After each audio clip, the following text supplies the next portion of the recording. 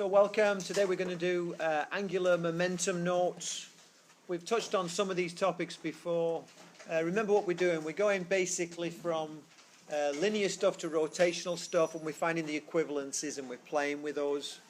So we did the rotational kinematic equations, and then we touched on the rotational equivalent for force, which is torque, and we touched on the rotational equivalent for mass, which is moment of inertia.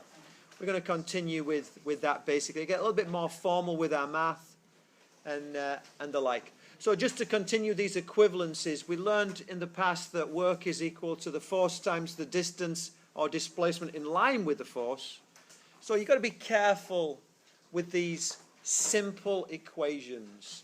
I would kind of sooner you kind of committed to memory that was the expression for work, because that also tells you which geometry you need. Whereas this guy works great if they happen to be in line, but it's easy to mess up if that's all if your understanding of this equation is not so sophisticated, then you end up making mistakes when they're not in line. So to some extent, you don't need to learn a whole bunch of equations, but if you learn the more sophisticated equation, then you can get the simpler expressions. Whereas if you learn the simple equation, you might miss out on the more sophisticated expressions. Okay?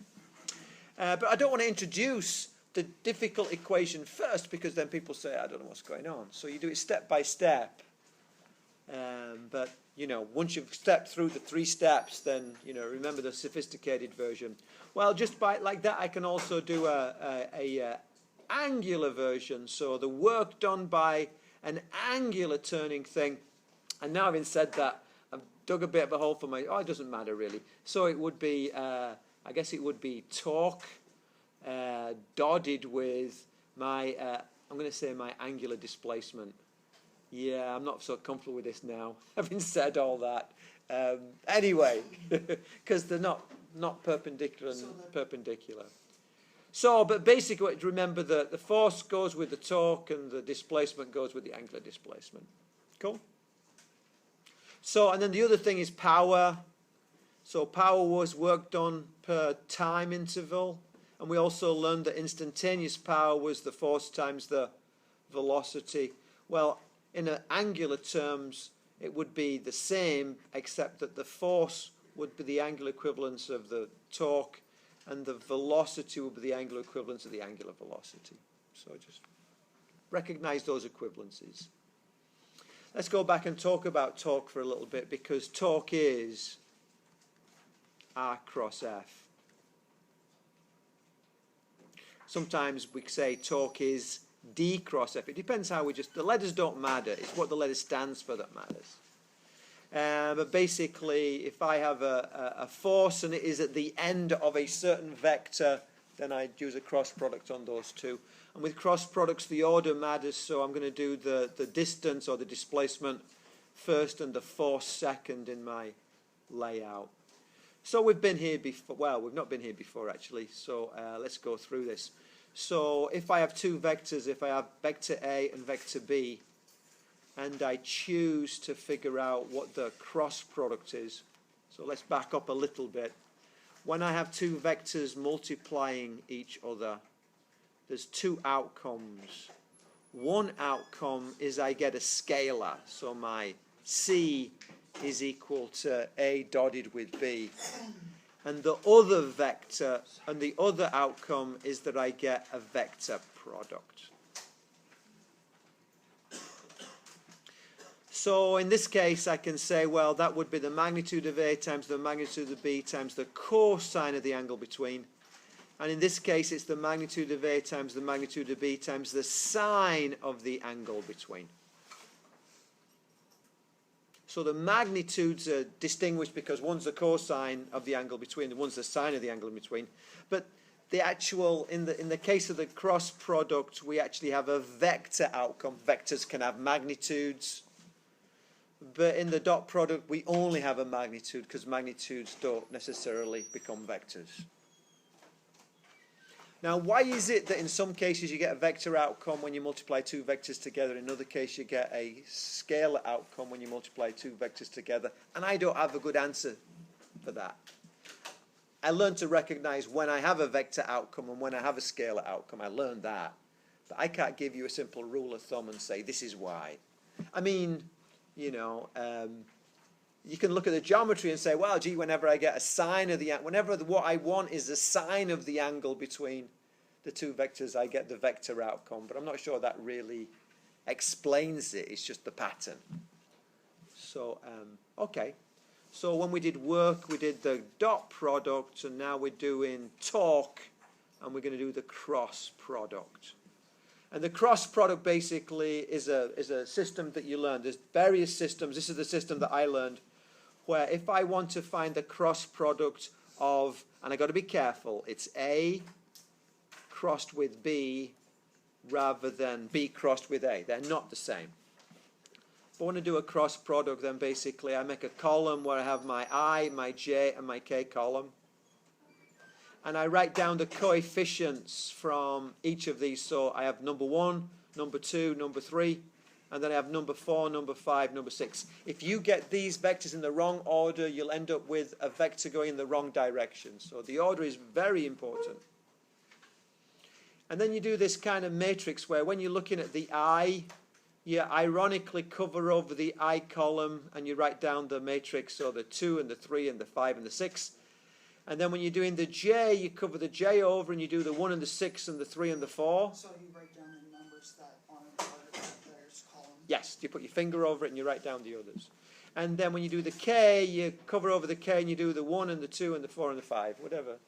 Now, the other little wrinkle on this is a very much mechanical method, is that you got to go with a plus on the first one, a minus on the second one, and a plus on the third one. So you got to get those symbols right, those operators right, and then you just do the cross multiplication, and you get your answer.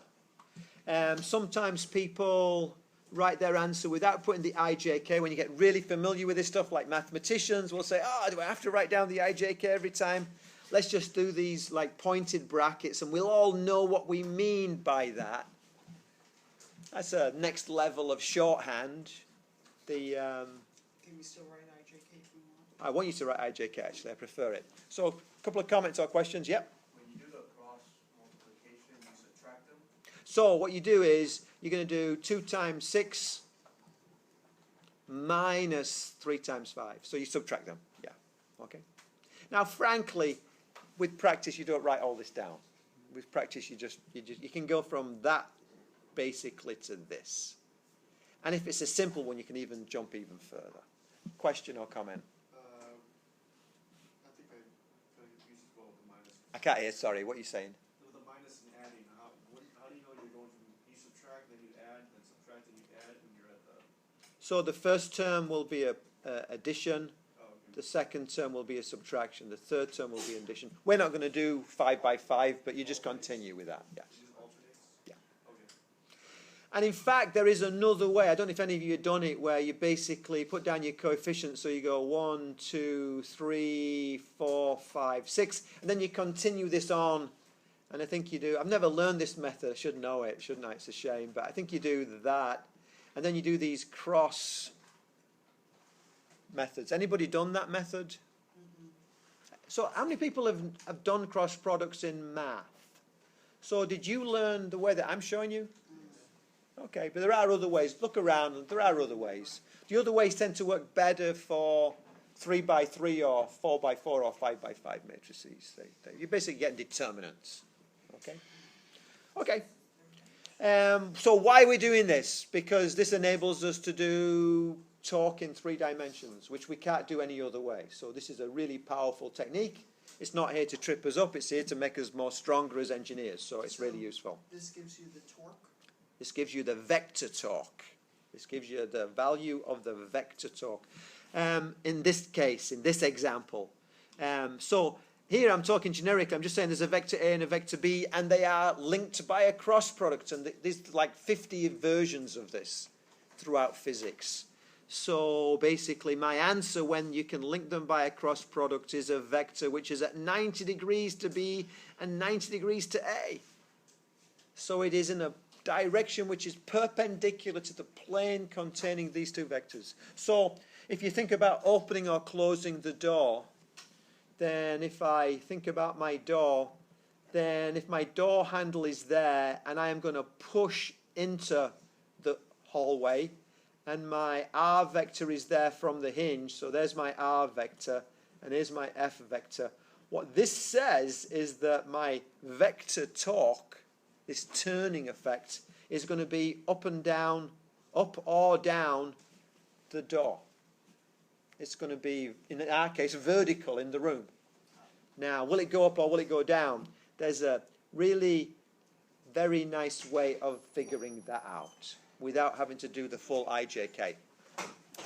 If you take your right hand and you point towards the first vector, and then you swivel your hand so you can easily curl your fingers towards the second vector, your thumb points in the direction of the answer. So in this example with the door, if my first vector is the R, so I point sideways towards the door handle, and then I curl my fingers in the direction of the F, and so my thumb points up the door. Okay? Let's do this, a little bit of practice on this. So I want you to point towards the flag. You've got to do this, or else you'll not know how to do it, so don't be shy. It's a right-hand rule. There's no left-hand rules in this class. So do what everybody else is doing and point your hand towards the flag. You can see that bit. Okay? And then I want you to, that's your first vector. Your second vector is pointing towards the ground. So what are you going to do? You're going to twist your hand so you can easily curl your fingers towards the ground. If you try and do it from this position, you're going to break your fingers. So you're going to turn your hand and then curl your fingers towards the ground. Which way is your thumb pointing? Towards me, roughly speaking. So that's the answer's direction. I want you to point towards the blackboard. Curl your fingers. So the first vector is towards the blackboard. The second vector is towards the ceiling. What are you going to do? Curl your fingers. Which way does that vector point? Towards the back windows. Point towards the screen. Curl your fingers towards the TV set. Which way does your thumb point? Towards the ceiling. You can do that for all. This is going to come up like, I worked out at one time in Physics 2. If you couldn't do your dot products or your cross products, you lost about 25 to 30% of your grade. Okay, so this is a fundamental skill. This is like addition, subtraction, multiplication, dot product, cross products. This is like going to keep coming up. It's the gift that keeps on giving, or it's the stick that keeps on beating. It's one way or the other. It's your choice whether you turn it into a positive or a negative, but it's not going to go away. So practice it and make sure. Is it the same no matter where you're applying the torque at on whatever you're trying to Well, apply the torque to? Well, you apply a force. Right. So depending upon where you apply that force, you'll get a different direction for your torque. Yeah. Okay. Okay. So you apply the force at a certain point. So you define the R and the F, and then the torque is what comes out. Okay. So, okay. A few more things. We're going to practice this in a minute, but let's just talk a little bit because I want to forewarn you some things. So what we say in terms of magnitude is that A cross B has a magnitude, has a size. So I can represent it by a vector, and I can say, well, I don't care about its direction, I just care about its size. So what we could do is we could say, well, that equals the square root, use Pythagoras, of minus 3 squared plus 6 squared plus minus 3 squared. Everybody okay with that? Using Pythagoras on a three-dimensional thing. Are you okay with that? And that would get me an answer. That would get me a number of meters or a number of Newton meters or whatever. If, on the other hand, I remembered that the magnitude is equal to the magnitude of A times the magnitude of B times the sine of the angle between them, the sine of that angle, then I can also get the magnitude, and those two numbers should be the same. So I can get the magnitude of this vector by using Pythagoras, or I can use the magnitude of this vector by using the magnitude of A and the magnitude of the B or the magnitude of the angle between them. So in cross products, I can go two ways, or three ways really. I could give you the magnitude of A, I could give you the magnitude of B, I could give you the angle between them and say, what is the magnitude of my answer, my cross product?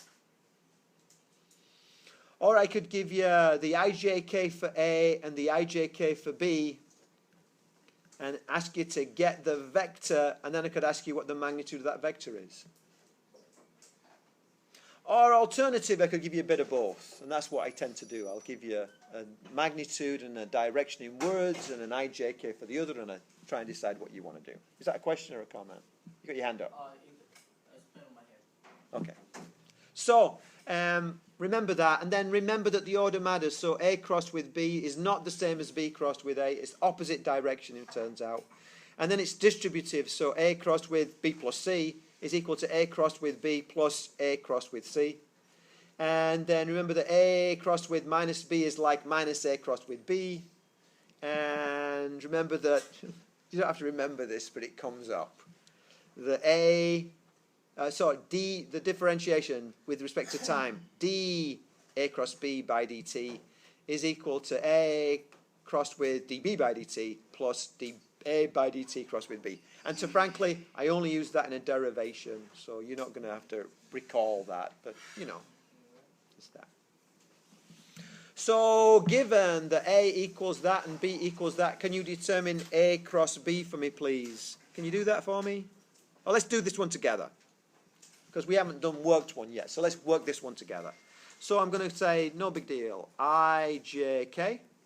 I'm going to do my A, which is minus 3 plus 2 minus 4. That's my A. I don't want to make a mistake, so I write stuff down. And my B is going to be plus 5, minus 2, and plus 1. And then what I do, and I advise you get your piece of paper, put your thumb over the first column. Literally put your thumb over the first column and then cross multiply. So I go plus 2 times plus 1 minus, because you're subtracting, and it's going to be minus 4 times minus 2. Sorry, minus 2. Put it in square brackets and then put down I. So I took the 2 times the 1, and I took the minus 4 times the 2. And I subtracted between them. Then I go not minus, because I've got to remember that the second operator is always the negative. You just got to remember that. And I go minus 3 times plus 1 minus 4 times 5. That's a J. And then I put my thumb over the third one, and that's a plus operator. And I'm going to go minus 3 times 2, minus 2, minus 5 times 2. Okay.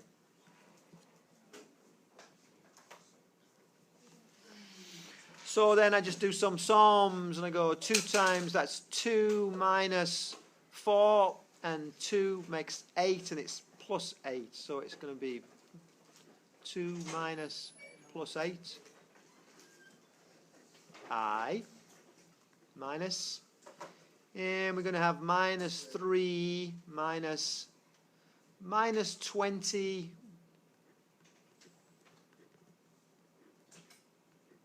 J.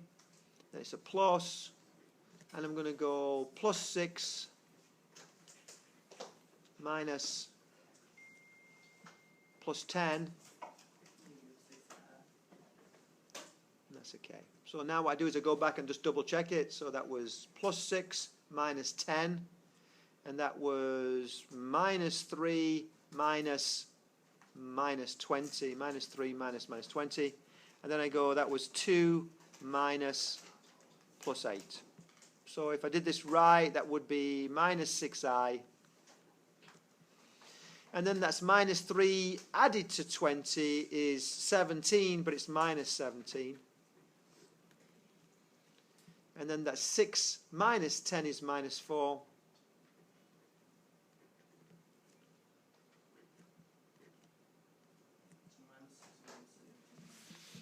And then I need to look for units. Now, shame on me, I did not put, because I just wanted to emphasize the vector bit, I didn't put any units down. And so I'm kind of practicing you and not putting units down, which is a terrible thing to do. So if this was in newtons and this was in meters, you would put down Newton meters. Actually, no. That would be in meters, and that would be in newtons because of the order that they have to go in, and that would be Newton meters. Why? Because the torque is equal to R cross F, not F cross R, so I've got to make sure I have them in the right order. But isn't it the same for multiplication? What do you mean? Is what the same for multiplication? Okay. So, that's it. Listen up, please. Listen to me, please. Listen to me, please. Listen to me, please. Okay? Don't disturb me, please. So, then what we got... Sorry? I said I wasn't the one talking. So, just be quiet then. Then it doesn't matter, okay? Okay. I need to be quiet. I don't want to go back to those days. Okay? I will split people up if need be. This is a Physics 2 class, a Physics 1 class. We need to be quiet. So if somebody's talking to you, please just tell them to be quiet. Okay? I need people to be quiet. So next, what we need to do is we need to have... so in truth, you can skip steps. In truth, you can skip steps. You can basically... you can, with practice, you can just put your finger over and you can do it. But there's more chance you're going to make a mistake. So when you first begin, my advice is you do it slowly. As you go further on, my advice is you go quicker as you feel comfortable. But if you go fast, you're going to make more slips. Can you do that second one for me, please? Okay.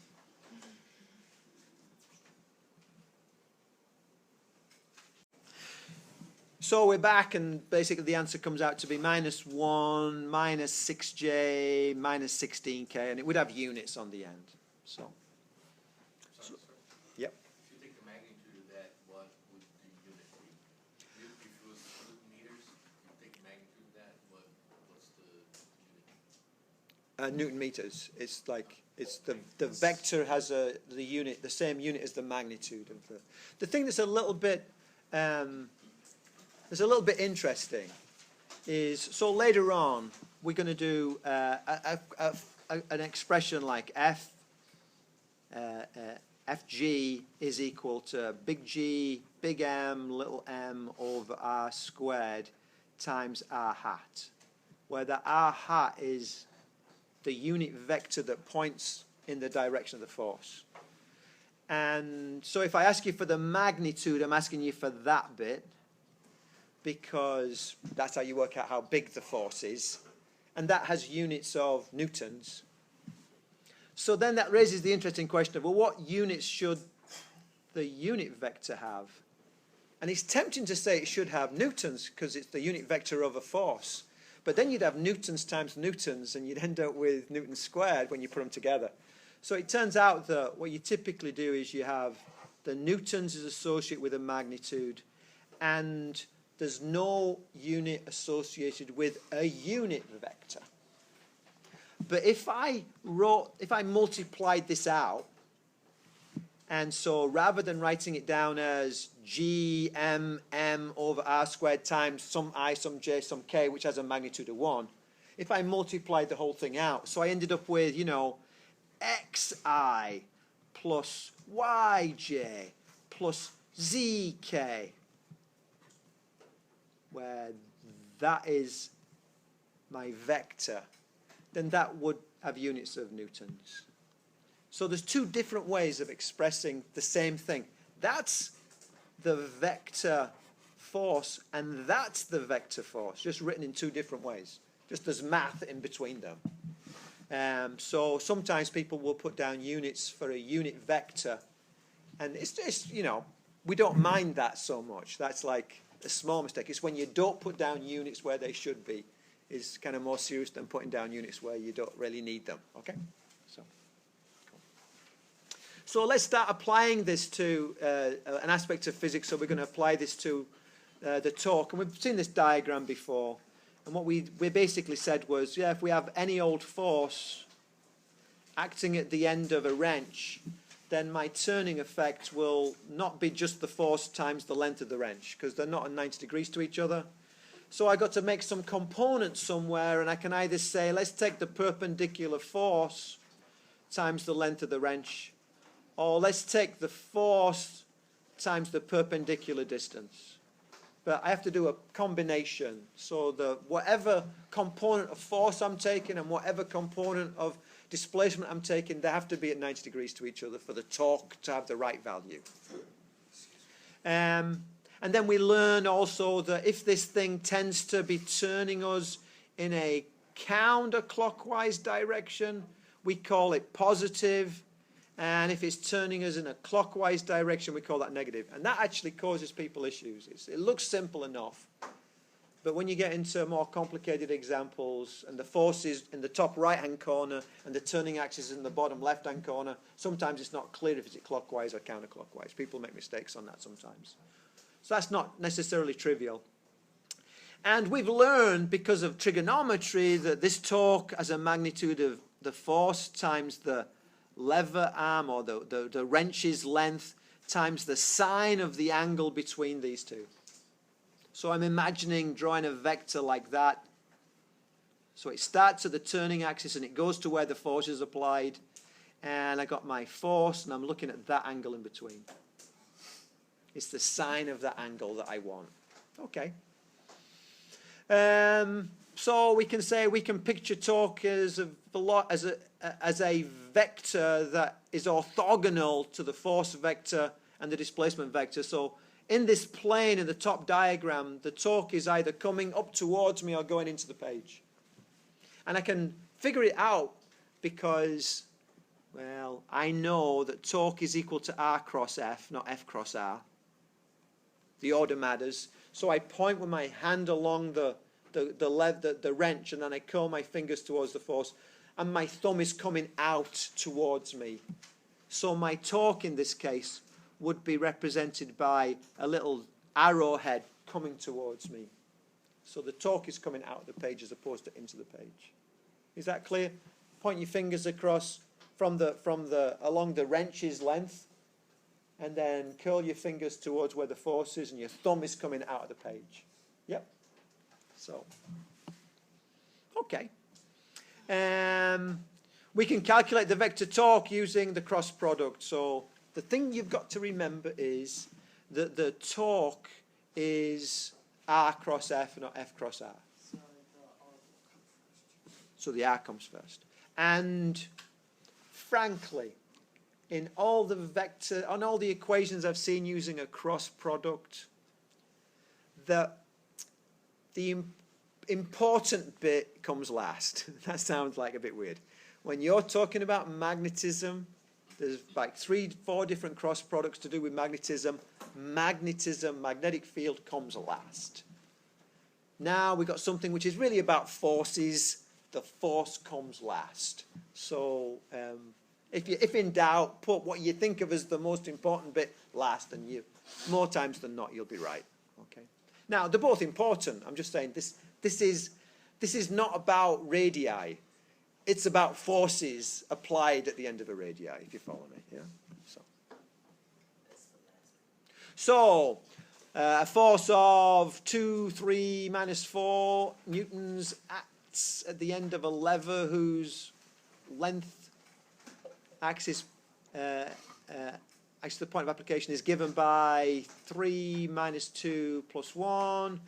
Determine the vector torque created by this system, and then determine the magnitude. Can you ever go at that, please? Is that a typo, vector? Yes, it's a typo. Yeah, don't worry about it. So basically what we did was we did a diagram, and then we did our equation, and then we did our matrix. And remember to get in the right order. Notice how mean I am. I'm giving you the force first and the displacement second, so I'm just inviting you to put them in the wrong order. I'm just like, Trick us. yeah. It's not tricking, it's just testing. And then basically I did my thumb, and I put my thumb over the page. When I don't put my thumb over the page, I get them wrong, so I put my thumb literally over the page. And then what I do is I do my math and I write it out in steps so that I can easily go back and check it. That's my advice. I see people, and just, my advice as your coaches, I see people write down and they do entire huge steps in their head, and then it's very hard to check. So my advice is just write more down. It'll go just as fast, and you'll catch things sooner. So that's the vector, and it's going to be somewhere on here. If this is the true diagram, it'll be somewhere in here, and it'll either be going into the page or going out of the page. So if I do R cross F, I know that this one is coming out of the page. So the symbol for it coming out is just like the idea is it's like an arrow. It has tail feathers on the back side of it, and it has a nice round tip on the front of it. So that's coming towards you, and that is going away. And we use that throughout Physics 1 and Physics 2. So you might want to just remember that. Comment or question back?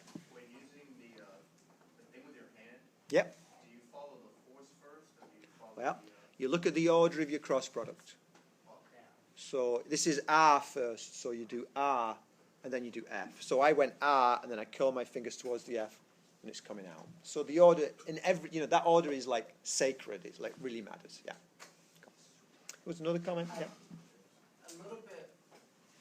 What is the difference between measuring the torque and measuring the horsepower, since they're supposed to technically related?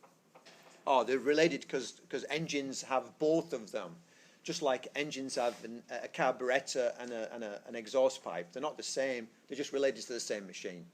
But they don't get measured the same. Oh no, horsepower is to do with the work done per time.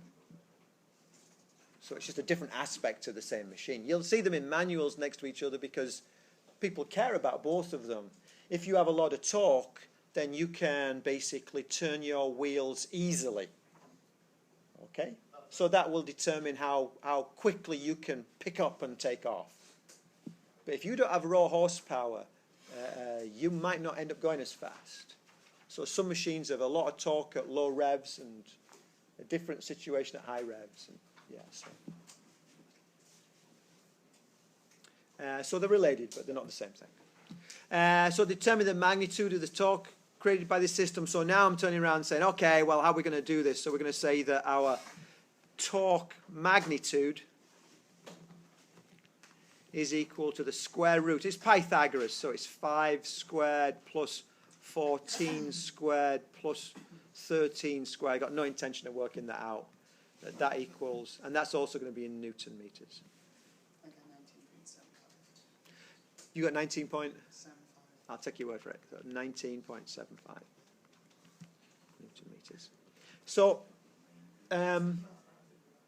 now, you could have tried to find that second answer by having that magnitude and that angle between them. That would have also given you, that information would have also given you that, but frankly, that's a hard way to go. It's much easier, I think, to do that bit than to try and find the angle between these two very arbitrary vectors. I'm sorry, the angle considered the magnitude as well? The angle is something you use to determine the magnitude, but it is not the magnitude. Okay, so then let's go to the next bit. We've learned this new technique, so let's find out where else can we use this technique. And the next thing is angular momentum. So let's just remind ourselves that momentum was the mass times the velocity. Okay, so angular momentum, by analogy, would equal the moment of inertia times my angular velocity. And actually, just like momentum is a vector because you take a scalar and multiply it by a vector, so my angular momentum is a vector because you take a scalar, which is your moment of inertia, and multiply it by the vector, which is your angular velocity. So, okay. I know L is equal to I. Why do we use L rather than angular momentum? It's just, it's there. We ran out of letters. What's the regular letter for angular momentum? Okay, are we saying, sorry? What's the regular letter for angular momentum? The regular letter. Yeah. Are you saying that L isn't the normal one? No, I'm saying that it's an odd choice. Okay.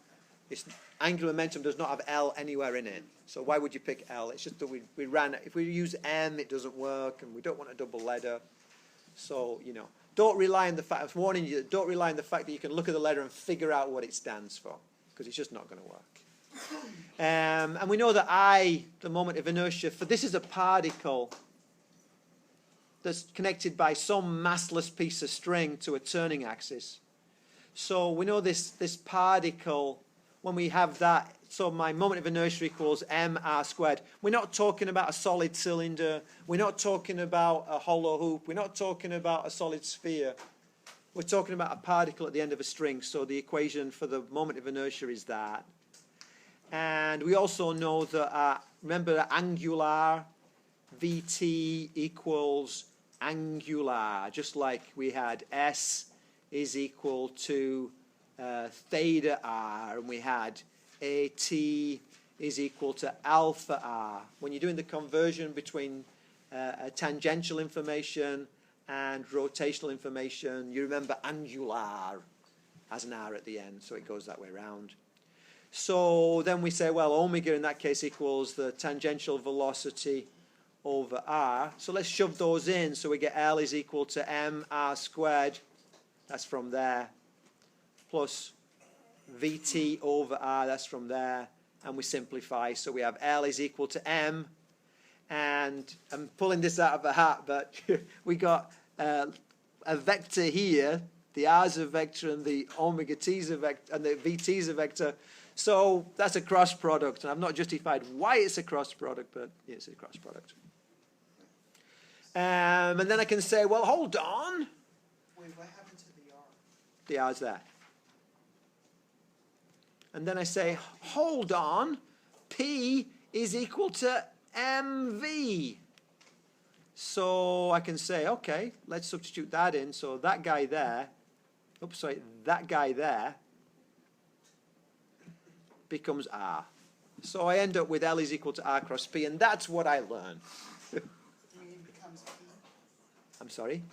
You say it becomes R, do you mean it becomes P? I'm saying that L equals R cross P. Okay? And my R's from the beginning there, and this MV combination becomes my P.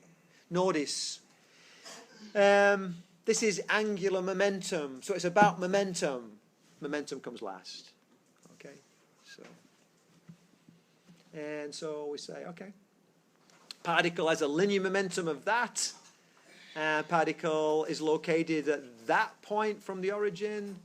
Determine the angular momentum of the particle about its turning axis. So I have,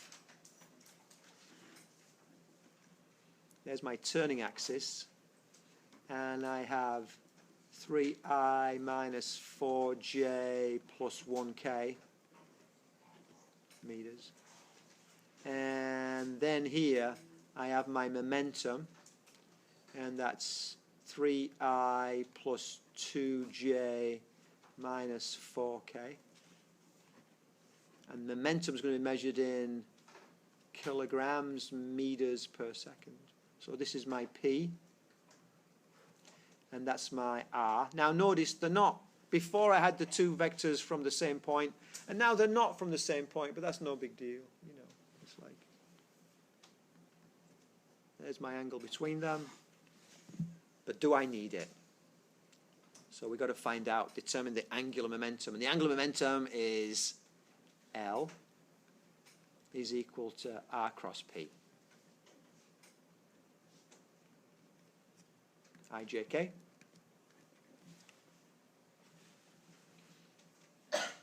What are you going to look at first? You're going to look at your R first.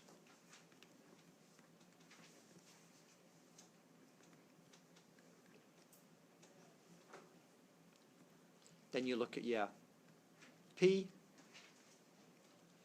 and you're going to go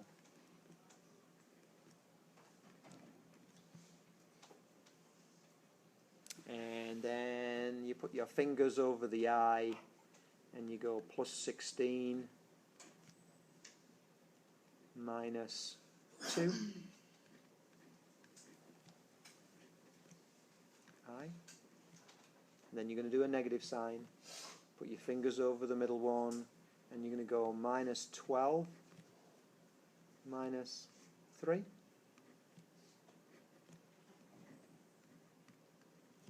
Then you're going to put your fingers over the last one, positive sign there.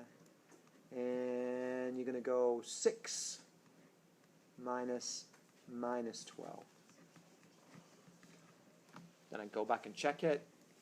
So I go 6 minus 12, yes. And I'm going to go minus 12 minus 3, yes. And I go 16 minus 2, yes. And I got my positive on the first and my negative on the second, positive on the third. So it looks like I'm okay. That's going to be plus 14i. This minus 12 minus 3 is minus 15, but there's a negative sign in front of it, so that's plus 15j. And then I have a 6 minus makes positive, so that's going to be plus 18k. And is it like kilograms meters squared per second? So then let's figure that out. It's basically a distance times a momentum. So it's going to be kilograms meters per second. There's my momentum times another distance is meters squared per second. So, good one.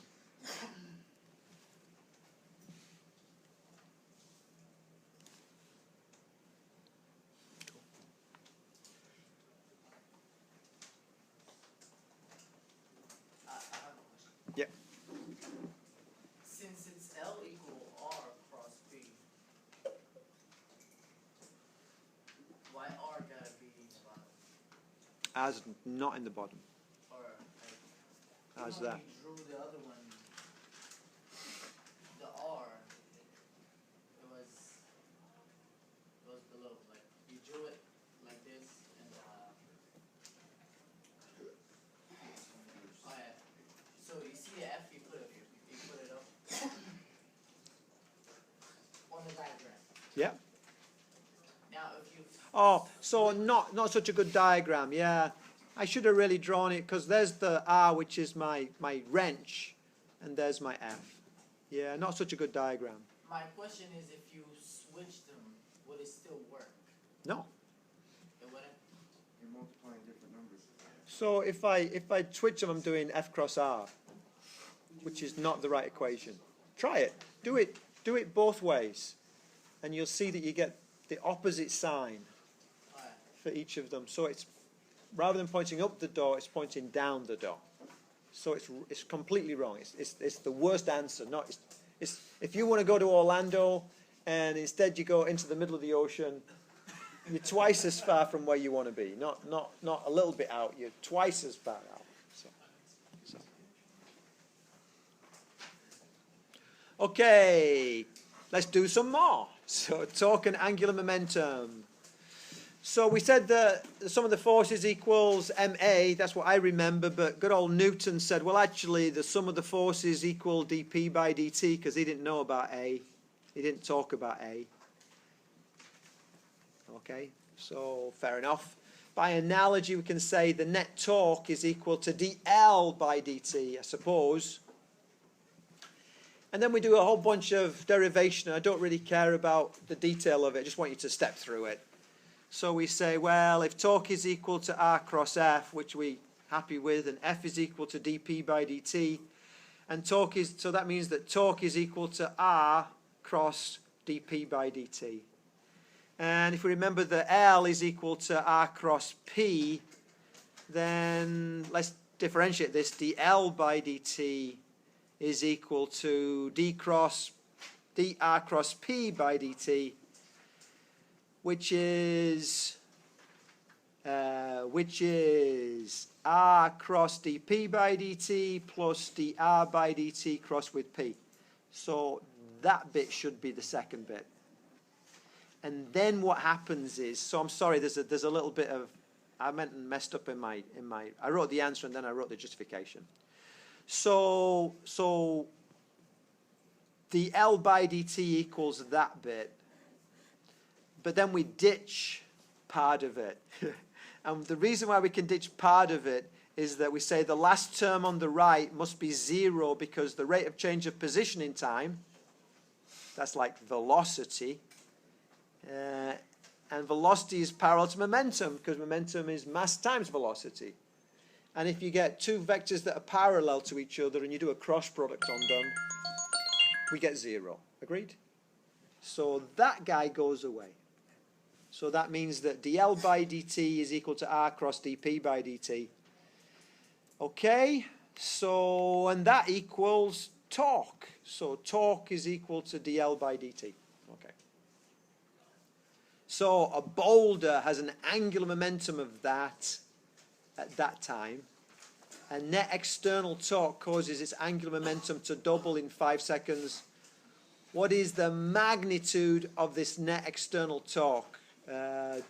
So as I sit here, I've got to do some diagramming. So a boulder has an angular momentum as an L is equal to 3 kilogram meters squared per second at t is equal to 4 seconds. And net external torque causes its angular momentum to double, so I'm going to have a torque is equal to, I don't know, but my L final, L initial, my L final is equal to 6 kilogram meters squared per second in 5 seconds. So now T is equal to 9 seconds. So Ti and Tf, good. So then what's the magnitude of this net external torque? So torque, so I got a change in L. Oh yeah. What did we say before? Torque is equal to? What was it? Change in L, change in time.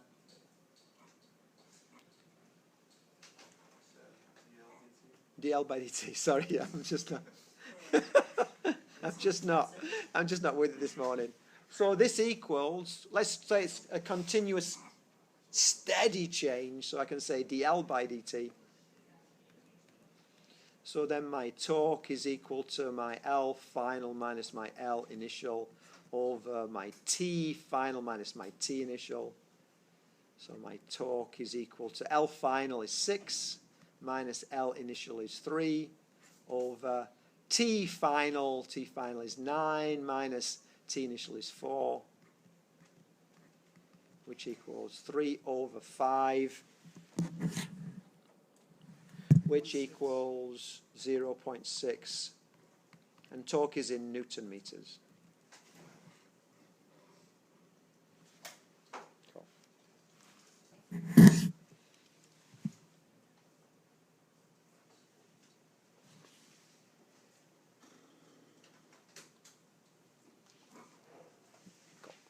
Okay, last little bit, and then we'll be through for this.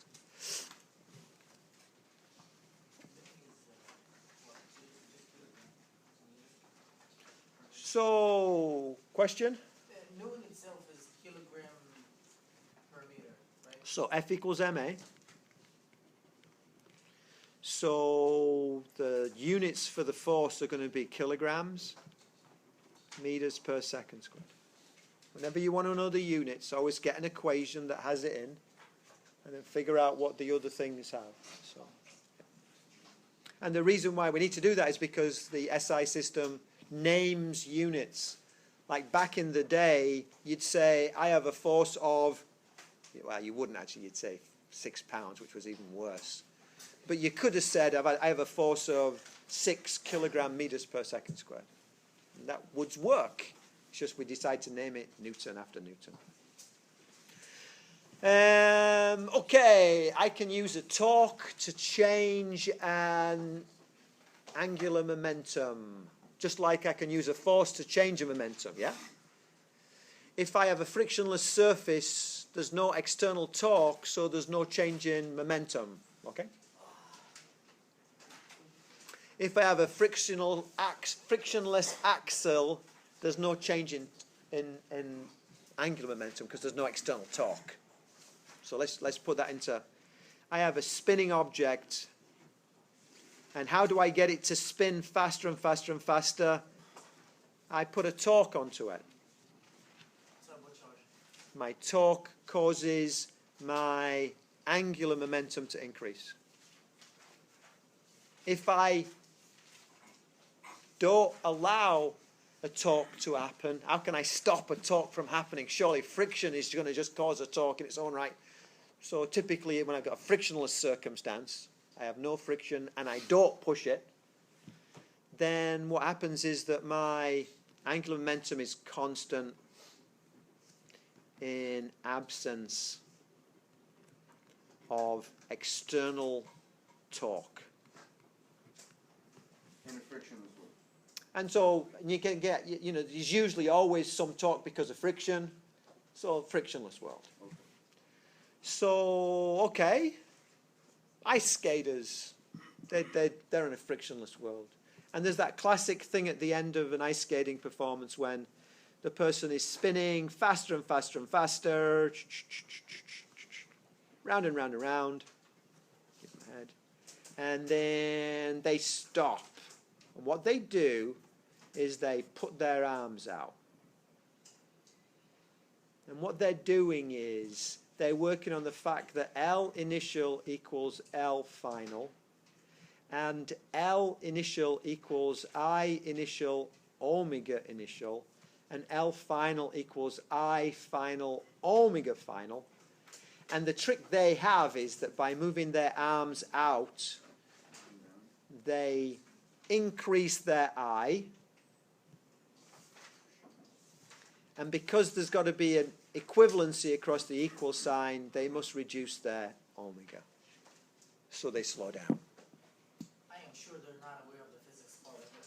Oh, I suspect they do, actually, yeah. I suspect they do. That's the game we play. So we say the total angular momentum of a system is constant in both magnitude and direction if the resulting external torque carrying the system, acting on the system, is zero. In linear momentum terms, we say, well, momentum before equals momentum afterwards, and we saw that with collisions and the like. And in angular momentum, we say the angular momentum initially equals angular momentum final. Does that say L constant in absence of exact torque? I'm sorry? Is that what it says by that cylinder? L constant is in absence of exact torque? I don't know where we are on the What you page. wrote down. Oh, this says L is constant in absence of external torque. External torque. Cool. Ice skater whose arms are outstretched spins with an angular speed of that, and a moment of inertia of that, she pulls her arms in. Oh, no, I don't think so. Sorry, this is me with a really bad question. An ice skater whose arms are pulled in. I can't get a bigger moment of inertia by pulling my arms in. So she outstretches her arms. Just let's get it the right way around.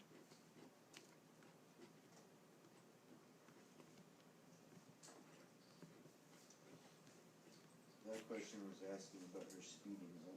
So what we're going to do is we're going to say an ice skater whose arms are pulled in spins with an angular speed, so omega is equal to 6 radians per second.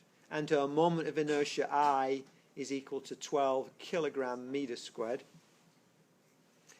And when she outstretches her arm, she spins at 18 radians per second.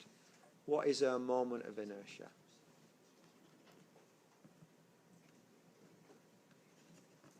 Stretches. I just add these two things backwards. L initial equals L final. I initial omega initial equals I final omega final. 12 times 6 is equal to I final times 18. So 12, 6 is a 72, is equal to 18 I final. And I final is going to equal a number. What is it? It's 4, good. for what the unit's going to be. Kilogram. Remember what the you can remember what the equation is. I is equal to something times mr squared. You know, maybe a half m squared or something like that. So it's going to be kilograms meters squared. Cool. Okay. We'll end it there.